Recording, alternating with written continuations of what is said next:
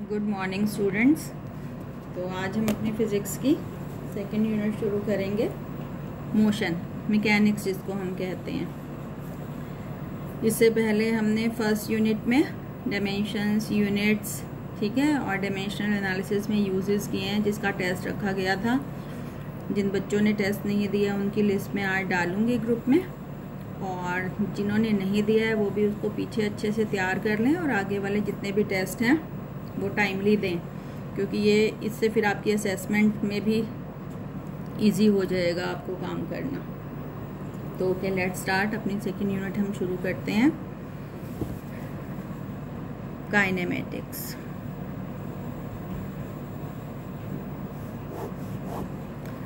In this unit we study about the objects which are in motion। तो motion में आपने ध्यान दिया होगा अपने आसपास हर चीज़ जो है मूव करती है। बाइसिकल्स हैं, बसेस हैं, कार्स हैं, इंसेक्ट्स हैं, काइट्स हैं। तो ये सारे ऑब्जेक्ट्स जो हैं दे मूव। तो इनकी जो स्टडी है क्या कहलाती है? काइनेमैटिक्स, ठीक है। और we can say the branch of physics which deals with the study of objects in motion is called mechanics. Mechanics की ही एक ब्रांच है काइनेमेटिक्स, जिसको हम डिटेल में डिस्कस करेंगे। तो the branch of physics which deals with the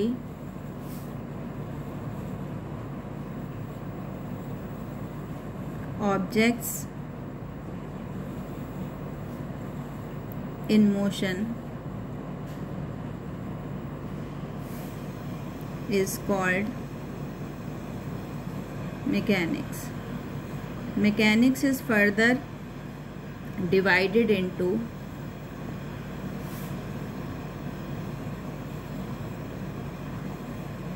three categories, three branches. Further divided into three branches. ये कौन कौन सी हैं? तो सबसे पहले बेटे इसमें statics. Statics is the branch of mechanics which deals with the objects which are not moving, which are at rest, जो मूव नहीं कर रहे हैं, जो गति नहीं कर रहे हैं, जो रेस्ट पर है, ठीक है। तो the branch of mechanics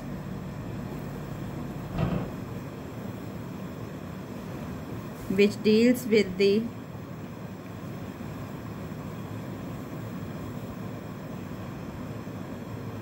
study of objects which are at rest is called statics, ठीक है। statics मतलब at rest। दूसरा है बेटे kinematics which we will discuss in detail। तो काइनेमैटिक्स is the branch of mechanics which deals with the, जिसमें हम पढ़ते हैं study of objects which are in motion, जो गति कर रहे हैं, but we do not consider into account the factors which causes motion, ठीक है। हम उन कारकों के बारे में बात नहीं करते जिनकी वजह से गति हो रही है, उन फैक्टर्स को डिस्कस नहीं करेंगे जिनकी वजह से मोशन हो रही है। We only discuss the motion. तो द ब्रांच मतलब the branch of mechanics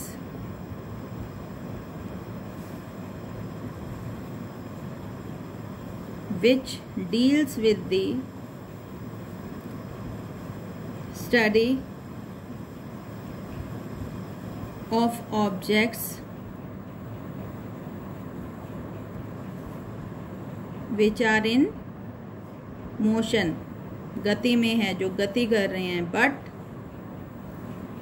without taking into account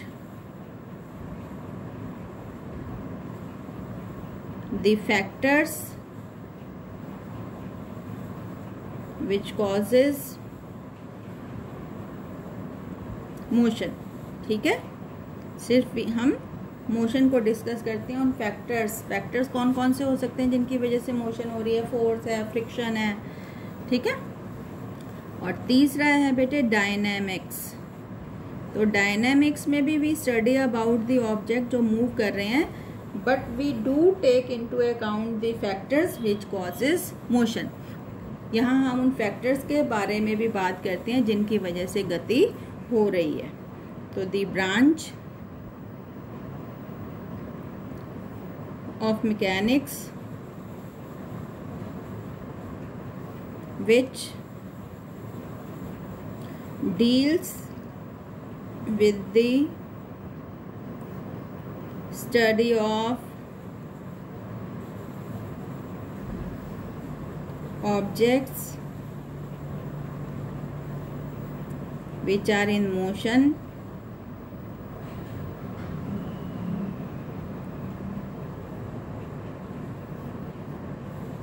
by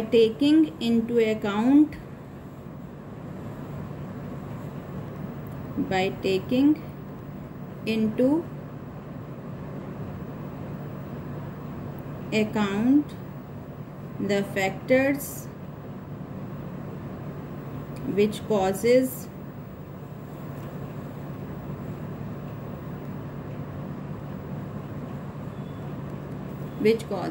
motion. So these are the branches of mechanics and we will deal with kinematics, ठीक है। Kinematics को हम detail में discuss करेंगे। तो सबसे पहले हम बात करते हैं what is state of rest and motion. Rest and motion, rest मतलब विराम अवस्था, मोशन मतलब गति की अवस्था। तो हम कब कहते हैं कि कोई ऑब्जेक्ट रेस्ट पर है या कोई ऑब्जेक्ट मोशन में है? तो रेस्ट कब? कि when an object does not change its position with time with respect to its surroundings is called at rest। कि जब कोई पिंड, जब कोई ऑब्जेक्ट अपनी स्थिति को नहीं बदलता समय के साथ, तो वो क्या कहलाता है? रेस्ट पर। तो an object is said to be मतलब कहलाता है, is said to be at rest if it doesn't change its position with time with respect to, ये होता है with respect to WRT, with respect to its surroundings, with respect to its surroundings।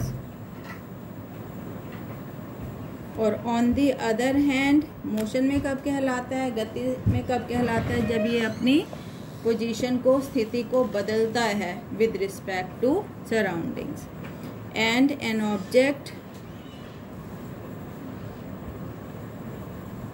is said to be in motion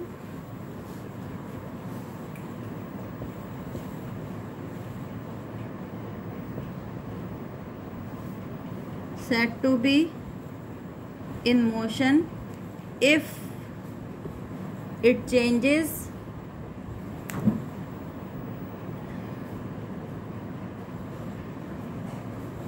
its position with time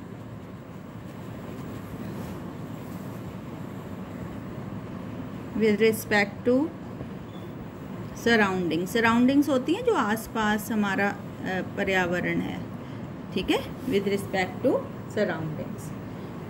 अब देखो बेटे क्या है, rest and motion are relative. बहुत important बात है, रेस्ट एंड मोशन, विराम अवस्था और गति की अवस्था आर रिलेटिव। इसका मतलब क्या है?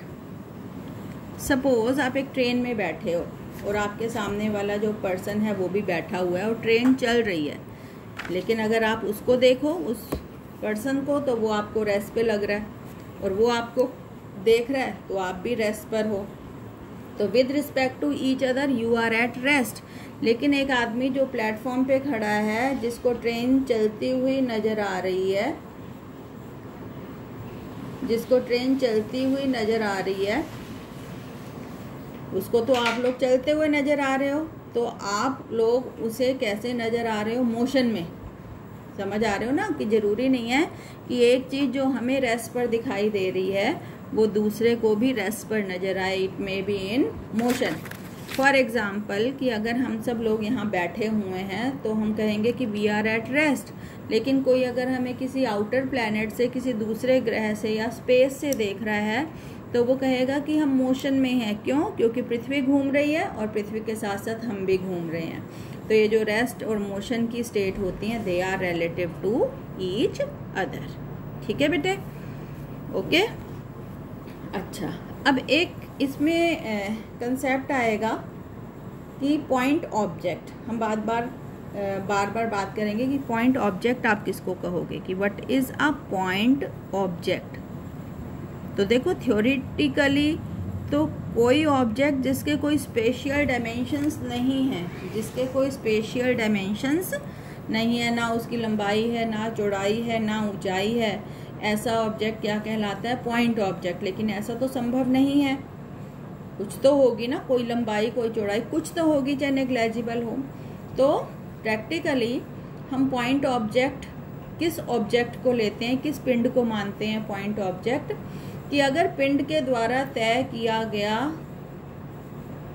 डिस्टेंस उसकी साइज की अपेक्षा बहुत बड़ा है, तो फिर हम उस पॉइंट को, उस ऑब्जेक्ट को क्या मान लेते हैं? Point object. फॉर एग्जाम्पल एक ट्रेन है, ठीक है, कश्मीर से कन्याकुमारी जा रही है, तो ट्रेन का जो साइज है उसकी अपेक्षा ये जो हजारों किलोमीटर का दूरी है ये बहुत ज़्यादा है। तो उस केस में train can be considered as point object. ठीक है, फिर सुन लो कि अगर किसी वस्तु के द्वारा तय की गई दूरी उसकी साइज की अपेक्षा बहुत ज़्यादा होती है तो उस वस्तु को हम क्या मान सकते हैं? Point object. तो an object can be treated as point object if the distance covered by an object is much larger than its size। कि अगर तय किया गया दूरी साइज की अपेक्षा बहुत ज़्यादा है तो ये क्या कहलाता है? Point object. ठीक है, okay. Now let's discuss types of motion की कितने तरीके की मोशन होती हैं। ठीक है, टाइप्स ऑफ मोशन।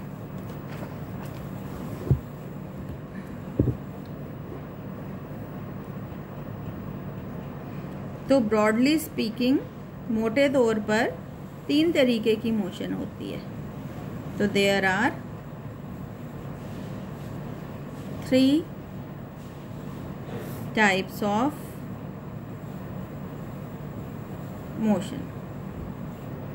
देखो बेटे, ये जो मैंने आज करवाया इंट्रोडक्शन चल रही है, एक तरीके का परिचय है टॉपिक का। तो आपके पास जो भी किताब है, जो भी एनसीईआरटी, प्रदीप, एबीसी, जो भी है, वहाँ से इस चीज़ को आप पढ़ेंगे ज़रूर, जो आज हमने किया है।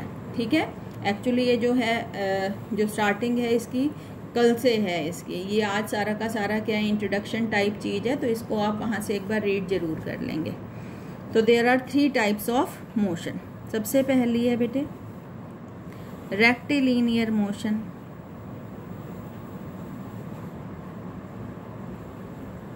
या हम इसको ट्रांसलेटरी मोशन भी कहते हैं, और ट्रांसलेटरी मोशन। तो क्या होती है rectilinear motion? When an object moves over a straight line, जब कोई पिंड किसी सीधी रेखा पर गति करता है तो उसकी जो मोशन है वो क्या कहलाती है? रेक्टिलिनियर मोशन या ट्रांसलेटरी मोशन। तो when an object moves over a straight line, straight मतलब सीधी, लाइन मतलब रेखा, moves over a straight line, its motion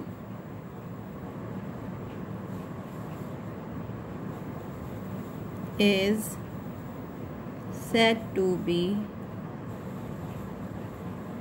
rectilinear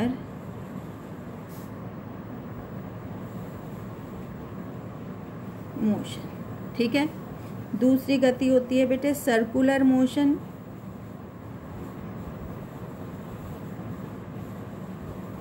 या फिर हम इसको कहते हैं रोटेटरी मोशन, रोटेटरी मोशन।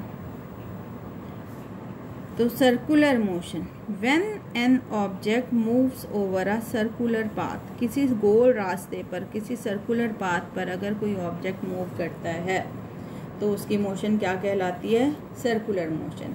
या फिर एक ही जगह, अगर ये तो पॉइंट ऑब्जेक्ट की बात हो गई, अगर हम एक्सटेंडेड बॉडी ले रहे हैं तो अगर वो बॉडी एक ही जगह खड़े खड़े ऐसे रोटेट करती है, ऐसे घूमती है, ठीक है, एक ही जगह खड़े खड़े घूमती है, तो उसकी मोशन को हम क्या कहते हैं? Rotatory motion. जैसे अर्थ की जो मोशन है अबाउट इट्स एक्सिस, अपनी धुरी पर पृथ्वी जो है वो घूमती है ना, तो वो कैसी मोशन है? धुरी पर, वो तो है रोटेटरी। और अर्थ जो सन के चारों ओर घूम रही है वो है सर्कुलेटरी। ठीक है। तो when an object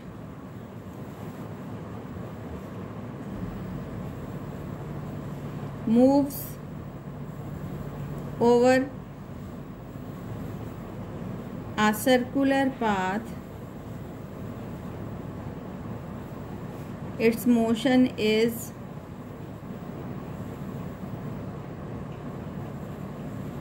said to be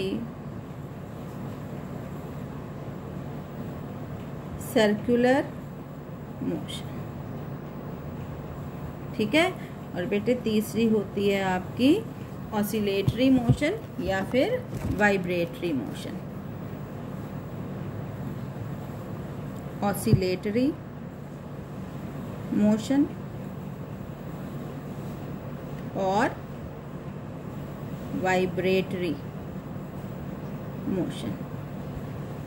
pendulum होते हैं ना घड़ी में, कैसे करता है, कैसे मोशन होती है? ये पेंडुलम है ना, कैसे जाता है? एक बार इधर इधर इधर इधर। तो ये जो मोशन है पेंडुलम की, इधर इधर इधर इधर, ये जो मोशन है ये कहलाती है ऑसिलेटरी मोशन। क्या कहलाती है? एक फिक्स पॉइंट के आगे पीछे आगे पीछे आगे पीछे ऐसे मूव करना, ऐसी गति क्या कहलाती है? Oscillatory motion. और अगर एम्पलीट्यूड ऑसिलेशन के कम हो जाए तो फिर वो कहलाती है वाइब्रेटरी मोशन। तो द टू एंड फ्रो, आगे पीछे, टू एंड फ्रो मतलब आगे पीछे, the two and fro motion of an object about a fixed point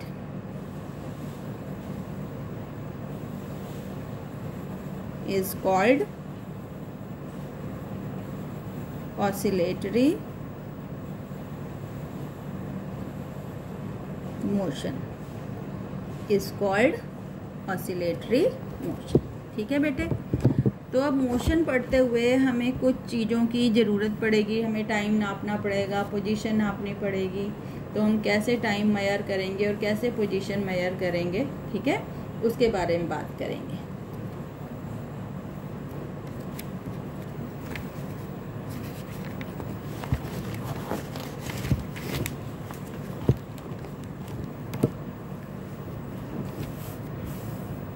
origin for measuring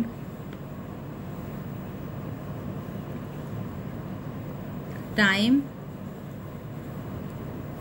and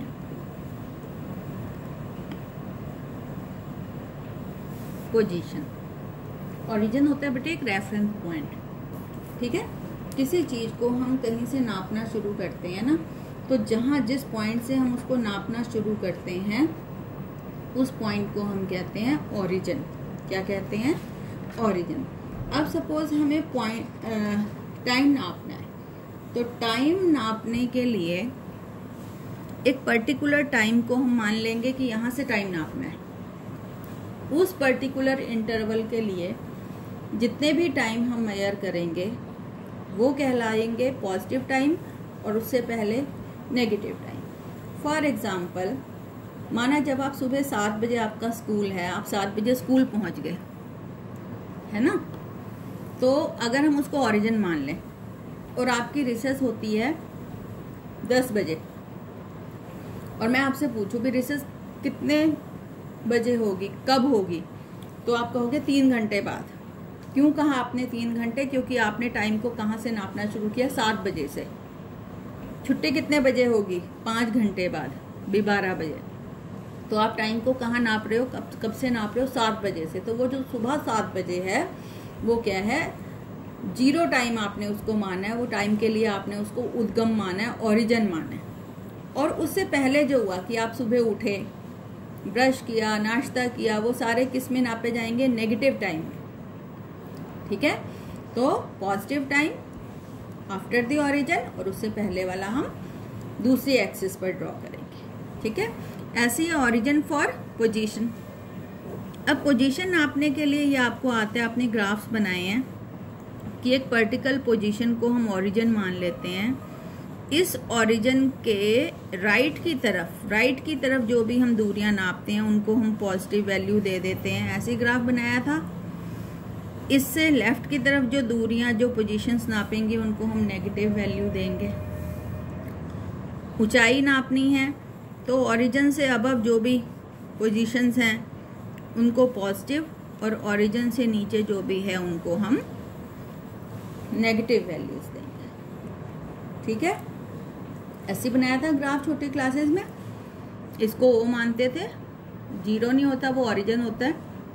इस तरफ पॉजिटिव, इस तरफ negative, above the origin positive और below the origin negative values होती है। तो this is how to measure the origin for measuring time and position. अब हम बात करते हैं मोशन इन 1, 2 एंड 3 डायमेंशंस। ठीक है, मोशन इन 1, 2 एंड 3 डायमेंशन हम किसको कहते हैं? मोशन इन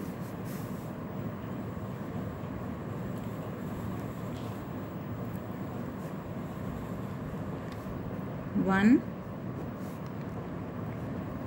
2 and 3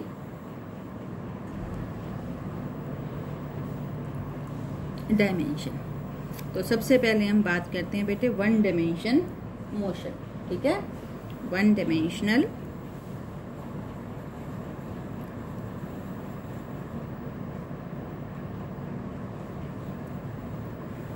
इसको हम 1D मोशन भी कहते हैं। आप सबको पता है कि 3 स्पेस कोऑर्डिनेट्स होते हैं। ये x, ये होता है आपका y और ये होता है आपका z, और ये इसको हम ओरिजिन मानते हैं। इनको हम कहते हैं स्पेस वेरिएबल्स या फिर space coordinates.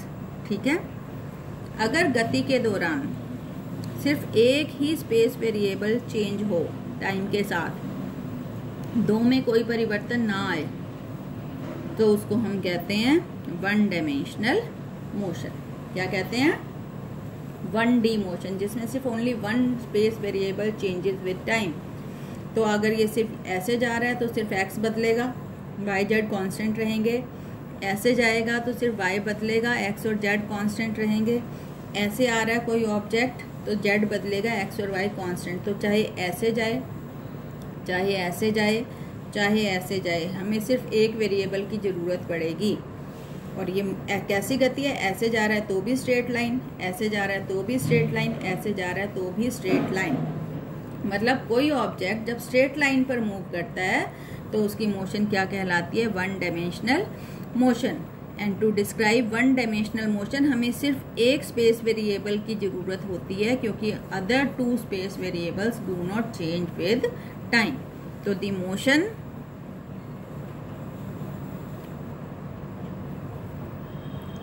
along a straight line, पता लग गया ना स्ट्रेट लाइन क्यों है, is called वन डायमेंशनल या 1D motion. To describe 1D motion we need only one space variables. 3 में से सिर्फ एक चाहिए. that is out of 3, 3 में से only one, सिर्फ एक, only one space variable या space coordinates changes with time. ठीक है. उदाहरण क्या है, बस गोइंग ऑन स्ट्रेट रोड या cycle going on a straight road. एक सीधी सड़क पे कोई बस जा रही है, कार जा रही है, साइकिल जा रही है, कोई चींटी है जो सीधी लाइन में जा रही है. ठीक है. कोई फुटबॉल है जो सीधी लाइन में जा रही है. ये सारी कैसी गति हैं, 1 डायमेंशनल मोशन. दूसरी तरीके की मोशन होती है बेटे 2 डायमेंशनल मोशन. अब जैसे कि आप समझ ही गए होंगे 2 डायमेंशनल मोशन या 2D मोशन मतलब हमें कितने वेरिएबल्स चाहिए होंगे ऐसी गति को समझाने के लिए. तो ऑब्वियसली अगर यहाँ कोई चीज गति कर रही है तो हमें चाहिए x और y. अगर यहाँ कोई चीज गति कर रही है तो हमें चाहिए y और z समझाने के लिए. सपोज कोई यहाँ गति कर रही है तो हमें चाहिए z और x. तो ये क्या है, ये प्लेन है. कौन सा प्लेन है, ये xz प्लेन है. ये कौन सा प्लेन है, ये xy प्लेन है. ये कौन सा प्लेन है, ये yz प्लेन है. तो जब कोई ऑब्जेक्ट मूव्स इन प्लेन तो उसकी गति क्या कहलाती है, 2D motion. And to explain 2D motion हमें सिर्फ 2 स्पेस वेरिएबल्स चाहिए होते हैं. The motion of a body in plane is called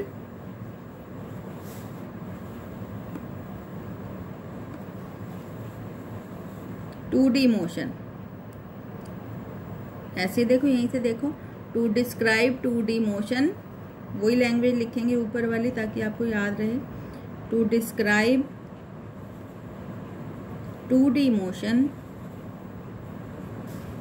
we need 2 space variables. 2 space variables की जरूरत पड़ती है. that is क्या मतलब, out of 3 में से 2 space variables change हो रहे हैं. space variables changes with time. अब उदाहरण क्या है 2D मोशन का, इंसेक्ट है, कोई चींटी है जो फर्श पे चल रही है, दीवार पे छिपकली चल रही है. इंसेक्ट क्रॉलिंग ऑन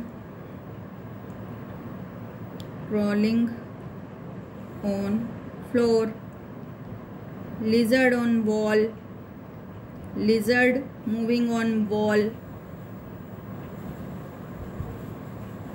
ठीक है. तो प्लेन में जो भी मोशन होती है वो कैसी होती है, 2 डायमेंशनल मोशन.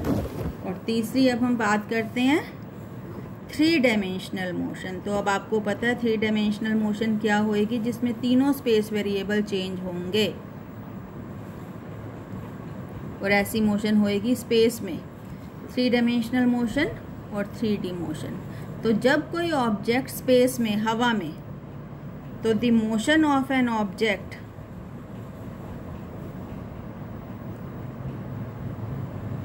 इन स्पेस, हवा में, पतंग उड़ रही है, कोई पक्षी उड़ रहा है, ये सब किसके उदाहरण है, 3D मोशन के. Is called 3D motion. To describe describe 3D motion.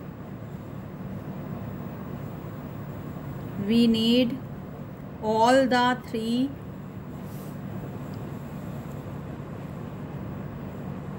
space variables, क्योंकि ये तीनों चेंज होते हैं. All the three space variables changes with time. For example है इसका काइट और birds flying in sky. Aeroplane है, ठीक है. तो स्काई में, स्पेस में जो भी मोशन होती है वो होती है आपकी 3D मोशन. ठीक है बेटे. तो ये जितना आज करवाया आप इसको आज पढ़ना, दिमाग में रखना. नेक्स्ट हम आगे लेक्चर में करेंगे. Thank you.